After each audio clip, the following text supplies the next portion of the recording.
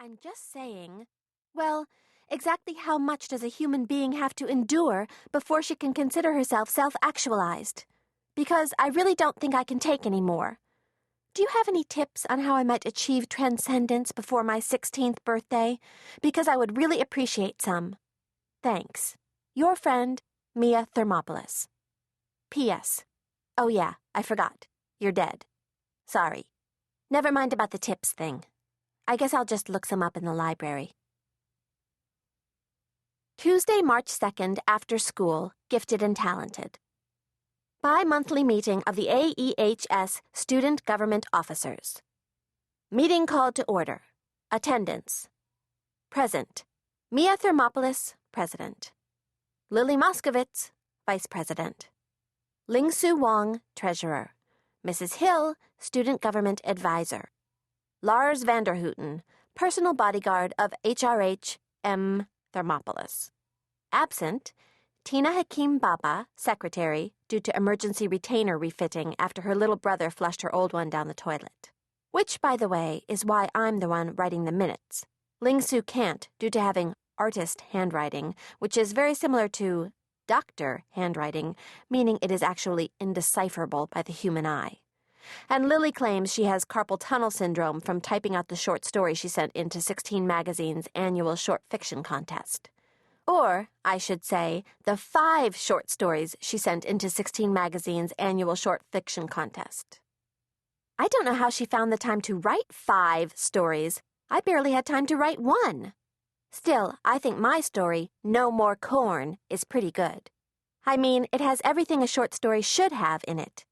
Romance, pathos, suicide, corn. Who could ask for more? Motion to approve the minutes from February 15th meeting. Approved. President's report. My request that the school library remain open on weekends for the use of study groups was met with considerable resistance by school administration. Concerns raised were cost of overtime for librarian, as well as cost of overtime for school security guard at entrance to check IDs and make sure people entering were, in fact, AEHS students and not just random homeless people off the streets. Vice President's response. The gym is kept open on the weekends for sports practices. Surely the security guard could check IDs of both student athletes and students who actually care about their grades. Also, don't you think even a moderately intelligent security guard could tell the difference between random homeless people and AEHS students? President's response to Vice President. I know. I mentioned this. Principal Gupta then reminded me that the athletic budget was determined some time ago and that there is no weekend library budget, and that the security guards were mainly hired for their size, not their intelligence. Vice President's response to President's response. Well then, maybe Principal Gupta needs to be reminded that the vast majority of students at Albert Einstein High are not involved in sports, need that extra library time, and that the budget needs to be reviewed, and that size isn't everything. President's response to the response of the Vice President's response to my previous statement. Duh, Lily, I did. She said she'd look into it. Why does Lily have to be so adversarial during these meetings? It makes me look like I don't have any authority whatsoever in front of Mrs. Hill. I really thought she was over that whole thing about me not stepping down from office so that she could be president. I mean, that was months ago, and she seemed to forgive me once I got my dad to go on her TV show so she could interview him about European immigration policies. And, okay, it didn't give her the ratings bounce she'd been hoping for. But Lily Tells It Like It Is still the most popular public access program on Manhattan cable television, after that one with the Hell's Angel who shows you how to cook over an exhaust pipe. I mean, even if those producers who optioned her show still haven't managed to sell it to any major networks. Vice President's report. The recycling bins have arrived and have been placed beside every regular trash can throughout the school. These are specialized bins that are divided into 3 sections: paper, bottles, and cans, with a built-in mechanized crusher on the can side. Student use has been frequent. There is, however, a small problem with the stickers. President's response. What stickers? Vice President's response to President's response. The ones across the lids of the recycling bins that say paper, cans, and battles. President's response to Vice President's response. They say paper, cans, and bottles, not battles. Vice President. No, they don't. See? President. Okay, who proofed the stickers? Vice President. That would have been the secretary, who isn't here. Treasurer. But it isn't Tina's fault. She's been super stressed about midterms. President. We need to order new stickers. Paper, cans, and battles is unacceptable. Treasurer. We don't have the money to order new stickers. President. Contact the vendor who supplied the stickers and inform them that they made a mistake that needs to be rectified immediately and that, because it was their mistake, there should be no charge. Vice President. Excuse me, Mia, but are you writing the minutes of this meeting in your journal? President. Yes. So what? Vice President. So don't you have a special student government notebook? President. Yes, but I sort of lost it. Don't worry, I'm going to transcribe the minutes into my computer once I get home. I'll give you all printouts tomorrow. Vice President. You lost your student government notebook? President. Well, not exactly. I mean, I have a pretty good idea where it is. It's just not accessible at this time. Vice President. And why would that be? President. Because I left it in your brother's dorm room. Vice President. What were you doing with the student government notebook in my brother's dorm room? President. I was just visiting him, okay? Vice President. Was that all you were doing? Just visiting him? President. Yes.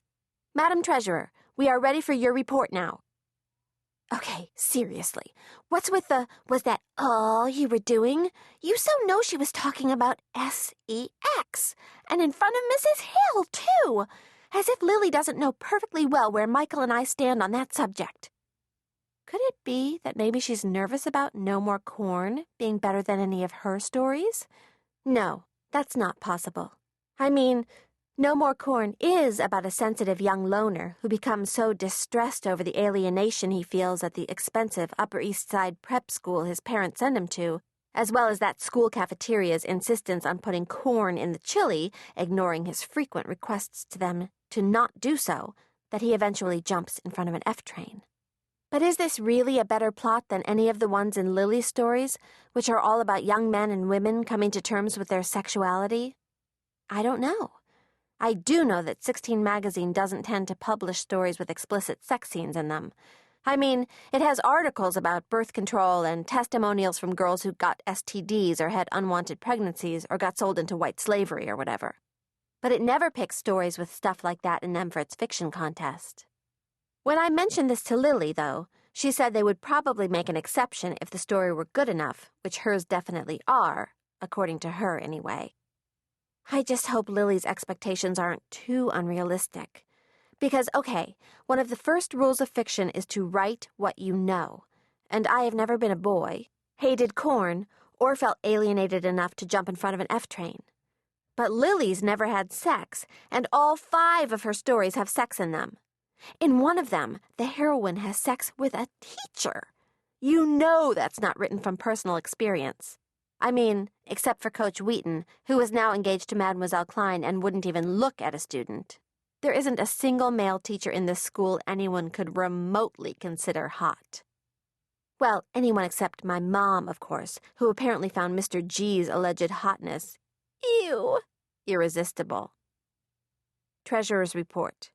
We have no money left. Wait. What did Ling Su say?